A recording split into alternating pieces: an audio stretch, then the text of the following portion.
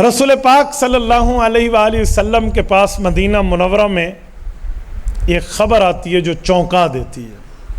وہ خبر کیا ہے؟ آپ جانتے ہیں کہ جہاں کا پانی بندے کو میسر ہو اور اچھا لگے، موافق لگے، لوگ وہاں رہائش اختیار کرنا باعث سعادت سمجھتے ہیں۔ پوچھئے نا جنگل میں بھئی اس جگہ رہائش کیوں ہے اتنی زیادہ؟ کہاں اس کا پانی بہت اچھا ہے، یہاں کا پانی موافق ہے۔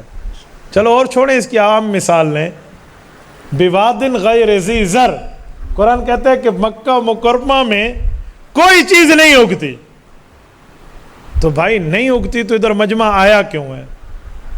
وجہ جو پہلی بنیاد حضرت اسماعیل علیہ السلام کے پاؤں مبارک کی چوٹ سے جو زمزم کا کنواں نکلا ہے، اسے دیکھ کر مورخین نے لکھا ہے قبیلہ جرہم آیا اور انہیں دیکھتے ہوئے دنیا جمع ہو گئی۔ پانی موافق تھا نا، مجمع اور آبادی بڑھتی گئی۔ تو حضرت رسول اللہ کو بھی ایک کنویں کا پانی موافق تھا مدینہ طیبہ میں، اس کنویں کا نام ہے بئر روما۔ میں نے اس کنویں کی زیارت بھی کی ہے اور اس کا پانی بھی پیا ہے۔ اللہ تعالیٰ آپ کو مدینہ منورہ لے جائے، آپ جائیے، جسے کہتے ہیں مسجد قبلتین، مسجد قبلتین میں آپ جائیے، اس کی شمالی سمت آپ ہوئیے، زیادہ سے زیادہ جو ہوگا 1 کلومیٹر کا سفر نہیں ہے، وہاں سے بئر روما ہے۔ اور بئر روما آج کل محکمۃ الغابہ کے زیر نگرانی ہے، یعنی جنگلات کا جو محکمہ ہے ایریگیشن کا، سعودیہ کا۔ کنواں آج کل بند ہے، اوپر پہ واٹر پمپ وغیرہ وہ سکر وغیرہ لگا کر اس کو رکھا گیا ہے، اور وہ وہاں سے باقاعدہ مشین پانی نکالتی ہے اور پانی میسر آتا ہے۔ اللہ نے کرم کیا، ہمیں مدینہ منورہ میں اس کا کوئی ایک جاننے والا کوئی واسطہ ملا ہے، جس واسطے سے میں وہاں گیا ہوں اور ہم نے اس کی زیارت بھی کی اور وہاں سے پانی بھی ہے۔ لوگ لے کر جاتے ہیں، اس کے آگے باقاعدہ نل وغیرہ لگے ہوئے ہیں۔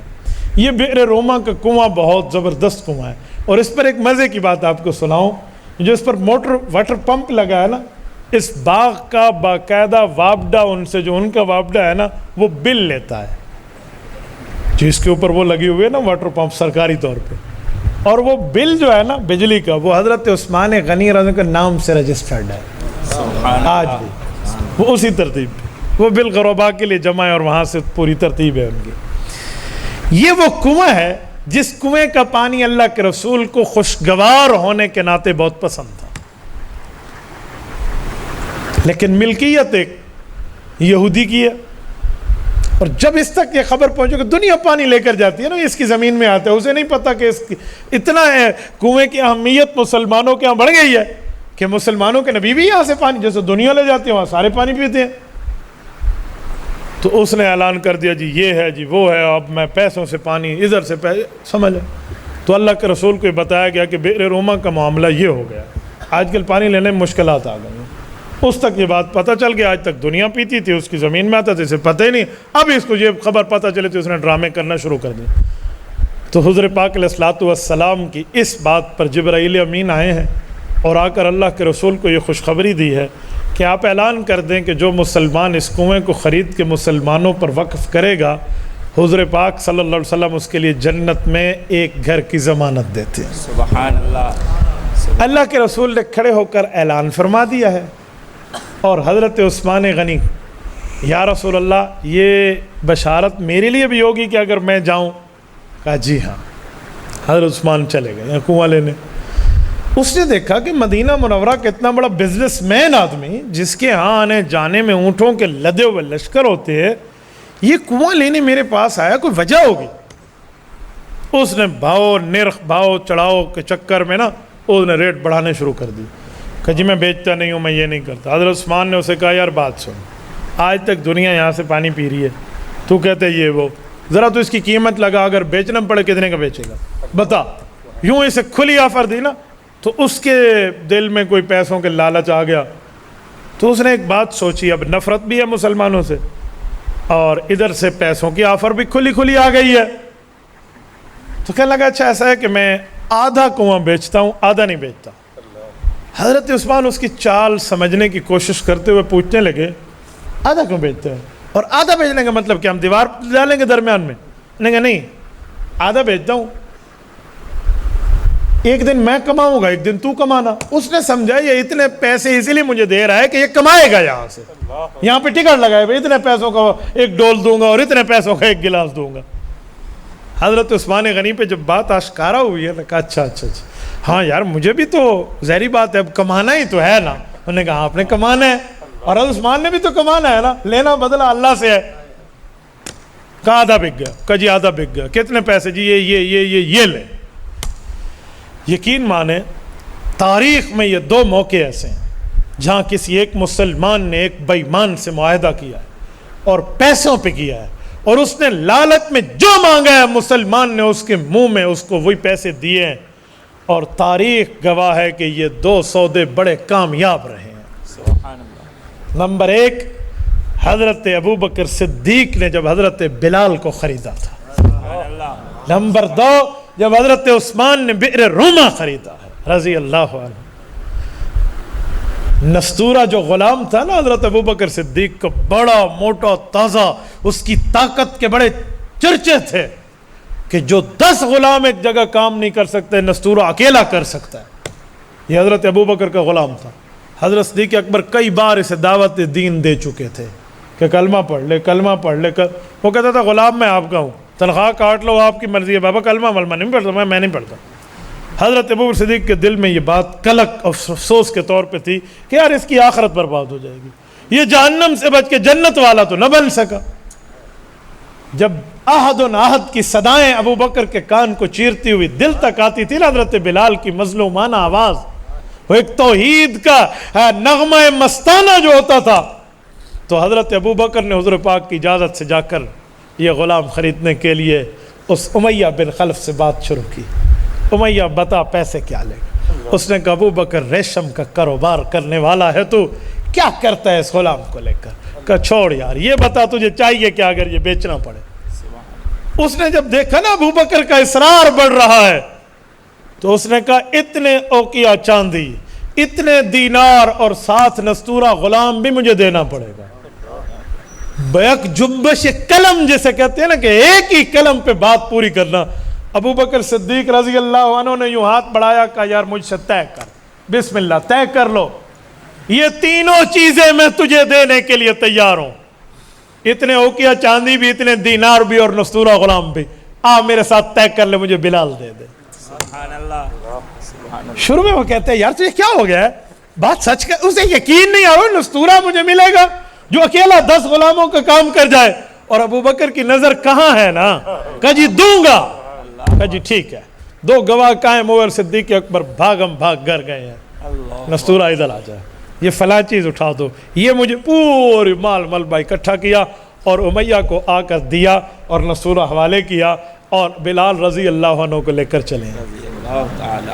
کہتے ہیں جاتے ہوئے امیہ نے کہا کہ ابوبکر کہیں ایسا نہ ہو تو بعد میں اس سودے کو بدل دے۔ اللہ۔ اسے یقین نہیں آ رہا اپنی کان اور آنکھوں پہ کہ یار کہیں سے، تو حضرت صدیق اکبر رضی اللہ عنہ نے دیکھ کر کہا تو اس سے سودے کو کیا بدلوں، میں نے جس سے سودا کیا ہے وہ خود جانتا ہے، جا ہوئے لے جا، یہ دنیا ہے۔ اللہ اکبر۔ ابو بکر کی یہ خرید و فروخت خدا کی قسم کمال تجارت رہی ہے۔ آج دنیا کے ہر کونے میں اذان بلالی گونجتی ہے۔ بے شک۔ یار اذان بلالی جیکارتا کے جزیروں سے شروع ہو کر فجی آئرلینڈ کے کناروں تک حضرت بلال کی دی ہوئی اذان آج مسلمان دیتے ہیں۔ اس کو خریدا حضرت ابو بکر نے اپنے پیسوں سے۔ یار بتاؤ یہ کیا رہے گا، کتنی بڑی تجارت۔ ایک یہ منہ مانگے دام کافر کے منہ میں دیے، اور دوسرا اس یہودی کو بئر روما کی خریداری پہ حضرت عثمان غنی رضی اللہ عنہ نے دیے ہیں۔ کہا لے لے، اس نے ڈنڈی ماری، آدھا، کہا جی آدھا۔ اسے نہیں پتا کہ تیرا پالا عثمان غنی سے پڑا ہے، تیرا واسطہ اس سے پڑا ہے۔ کہا جی آدھا آدھا، جی آدھا آدھا۔ سوری لین دین ہو گئی، یہ طے ہو گیا مکمل، چلو بھائی کل کی باری میری۔ یہودی نے کہا جی ٹھیک ہے کل کی باری تیری، پرسوں سے میری۔ کا ٹھیک ہے۔ اس نے اپنی باری میں اعلان کیا اتنے اتنے دام دو گے تو پانی بھرنے دوں گا۔ حضرت عثمان غنی رضی اللہ عنہ نے رسول اللہ کی خدمت میں آ کر یہ بات عرض کی ہے، اور اللہ کے رسول اور حضرت عثمان کا باہم مشورے سے اعلان ہو گیا۔ حضور پاک نے جو لفظ فرمایا نا یہاں، وہ حدیث میں لفظ بر کوٹ کرنے والا، فرمایا لوگو یہ کنواں ہم نے خرید لیا۔ یہ عثمان کے پیسے کو اپنا پیسہ کہنا ہے، ہم نے خرید لیا۔ یہ لفظ حضور پاک علیہ السلام نے بھی 2 موقع پہ دوسرے کے پیسے کو اپنا پیسہ کر کے بولا ہے۔ ایک مسجد نبوی کی خریداری کے وقت، کہہ دوں پوری بات سنا دوں، ذوق تازہ ہے آپ کا، اور ایک بیر روما کے وقت مسجد نبوی کی زمین پوچھی نا کس کی ہے؟ کہ سہل اور سہیل 2 یتیموں کی ہے۔ کہ ان کا بڑا کون ہے؟ کہ ان کا چاچو۔ کہ وہ تو صحابی ہے۔ کہ جی ہاں۔ کہ بلاؤ، ہمیں یہ زمین مسجد کے لیے چاہیے۔ یار کیا وقت ہوگا جب پیغمبر اسلام اپنی مسجد کے لیے جگہ خرید رہے ہیں۔ انہوں نے کہا یا رسول اللہ ہمارا جان مال وقت آپ پہ قربان، یہ زمین کیا؟ بھتیجوں کو اپنی جیب سے دے کر معاملہ طے کر لوں گا، میں ظالم چاچا نہیں ہوں، آپ یہ زمین لے لیجیے۔ حضور پاک نے فرمایا جی نہیں، ہم قیمت ادا کریں گے۔ اس موقع پہ بھی ابو بکر نے قیمت ادا کی ہے۔ ٹھیک ہے، کیسے ابو بکر صدیق کے مال کو اپنا مال فرمایا؟ ایسے تو نہیں فرمایا، فرمایا ما عندنا یدن الا وقد کافینا ما خلا ابا بکر۔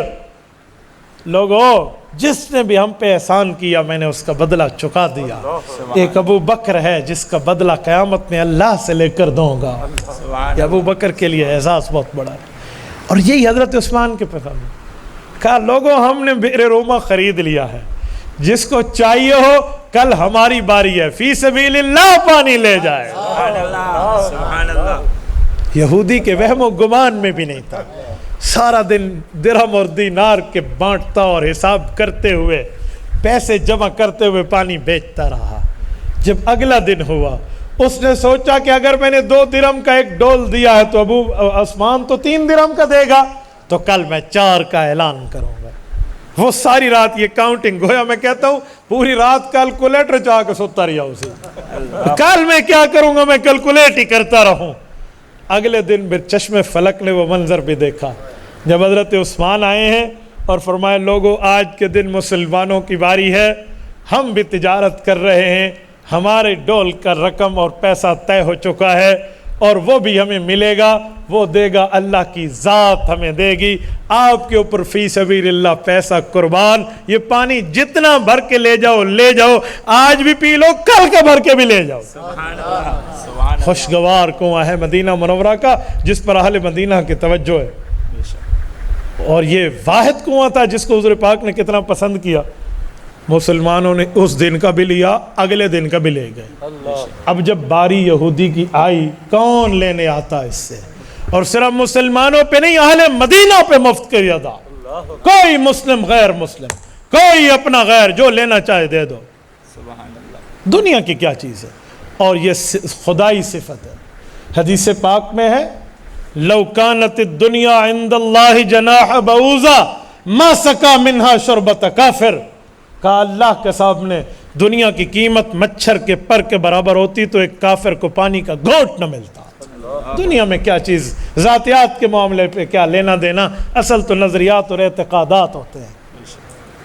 تو اگلے دن یہودی ہاتھ پہ ہاتھ دھرے بیٹھ گیا، اس کے خاندان والے بھی عثمان کی باری میں پانی لے چکے تھے۔ سبحان اللہ۔ جی اب اگلے دن راندہ درگاہ ہو کے شرمندہ ہو کر منہ لٹکائے عثمان غنی کے در پہ آیا ہے۔ حضرت عثمان غنی باہر آئے ہیں، کہ جی آپ سے بات کرنی ہے۔ کہ جی کرو۔ کہ باقی آدھا بھی میں بیچنا چاہتا ہوں اگر آپ لے لیں تو۔ پہنچ گئے نا وہاں پر جہاں تجھے پہنچانا چاہتے تھے، آج پہنچ گیا نا وہاں۔ اللہ کیا استدلالی جواب ہے حضرت عثمان کا۔ سبحان اللہ۔ کا مشورہ کر کے بتاتے ہیں تجھے تھوڑی جلدی موت نہیں دینی۔ اللہ کے رسول سے پوچھ کے جو جواب دیا ہے نا، کہا ایک شرط کے ساتھ لیں گے۔ وہ انتظار میں وہ شرط کون سی ہے؟ کہ اب صرف کنویں کی تجارت نہیں ہوگی، جو باغ ساتھ ٹھہرا ہوئے وہ بھی تجھے بیچنا پڑے گا۔ اللہ اکبر۔ انہوں نے کہا جی ٹھیک ہے۔ یعنی پورا یہودیت کا یہاں سے کلا کما کریں گے نا، ادھر یہودی دوبارہ پاؤں رکھنے نہ آئے، سب یہ اس باغ میں جو کنواں، سارا باغ بھی ہمیں دے گا، زمین ہوگا، ریٹ تو دے دے۔ کہا جی ٹھیک ہے۔ اس نے مرتا کیا نہ کرتا، رونا چاہ رونا، آخر اس نے باغ بھی دیا ہے اور وہ کنواں بھی دیا ہے اور چل۔ حضرت عثمان کا اعلان ہے رسول اللہ کی طرف سے کہ اب یہ پورا کنواں ہمیشہ کے لیے مسلمانوں پہ وقف ہے، جب چاہو دن رات میں آپ پانی لے سکتے ہو، مسلمانوں پر بھی اور غیر مسلم پر بھی۔ تبارك الذي نزل الفرقان على عبده ليكون للعالمين نذيرا